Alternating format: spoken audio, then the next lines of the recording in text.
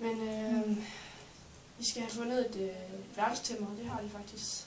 Det er de ved at finde ud af nu, og så vil jeg også gerne begynde i skole, så jeg har noget at lave, i stedet for bare at sidde derhjemme. Ja. Det er godt at høre, at du ligesom begynder at se fremad nu, at der sker lidt. Mm.